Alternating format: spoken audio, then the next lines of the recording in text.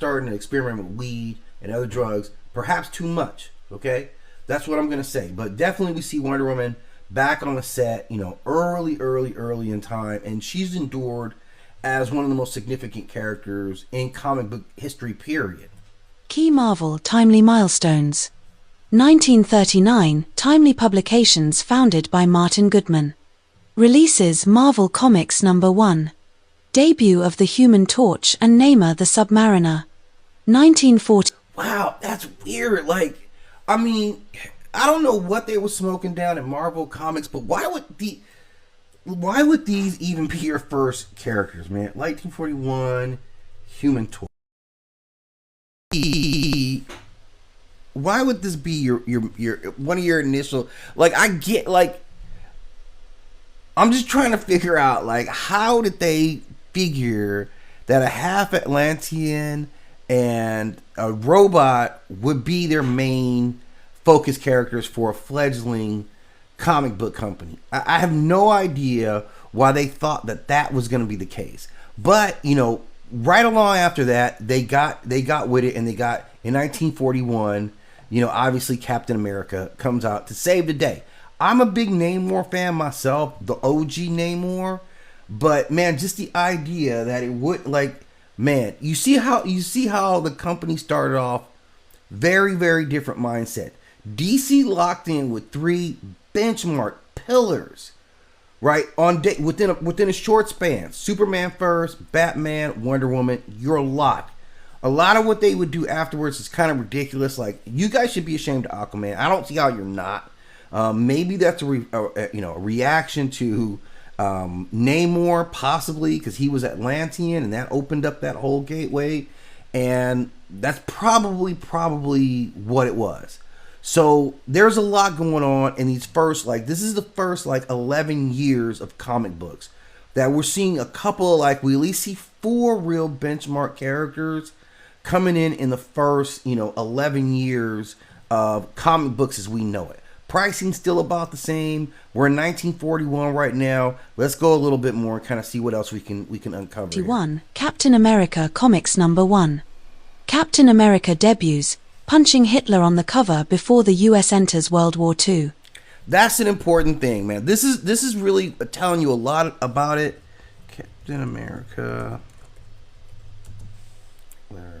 1941. Yeah, man, this is live. This is it right here, right? Captain America punching Hitler in the face, right? No jokes about it. No misintent. We know what's going on here. And that's how that tells you a lot about what the mindset was, what Captain America was supposed to be, and he still remained true to that. When they reintroduced Captain America, him still fighting the Red Skull, and I'll be honest, like, me coming into comic books, I remember him fighting the Red Skull more than anything else, right? This is, I didn't start really reading comic books until, like, the end of the 70s, like, probably in the 80s is when I really, really got into comic books. But we were still going through that World War II, not propaganda, but just mindset. Like, that's 100%, what it was. So this whole identity, was really rooted in this fight against the Nazis, right? I mean, that's essentially what it was. We still see it comes across in The Boys, their series. They face that with Stormfront. But a lot of the comic book stories, like, World War II was really influential in terms of how we saw other media, like how it would affect other media. It did not just stay contained to, movies, and it's all over the place. Comic books were a big part of because it was easily definable as heroes and villains, and at that time, like, everything about a country went to the war effort. I mean, it was a whole different thing. You were selling war bonds. They even touch on that in the MCU Captain America movie. But this is a big part of, like, who we are as a total culture. So let's get back into it and let's see where else this is going to take us. Timely leans hard into patriotic, in-your-face propaganda heroes. Cultural meaning. Superheroes become war propaganda, morale boosters, and power fantasies. DC equals institutional icon heroes. Timely Marvel equals brasher, rougher, more chaotic energy. You know, and that's very, very true. Like even with Superman's inception, I know he also fought against fascism. Like that was like Superman was created by two Jewish men. We do know that, and so he was really a response to standing up to that as well.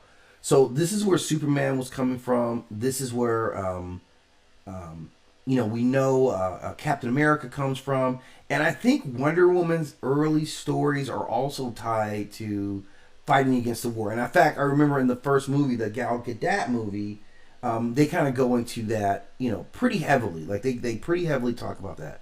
So we're seeing how much the war effort or the fight against the war had an impact on storytelling. So this was the first mythologies. Like Captain America really is a symbol of all that. And all this, even Namor and the Human Torch were fighting against the Nazis.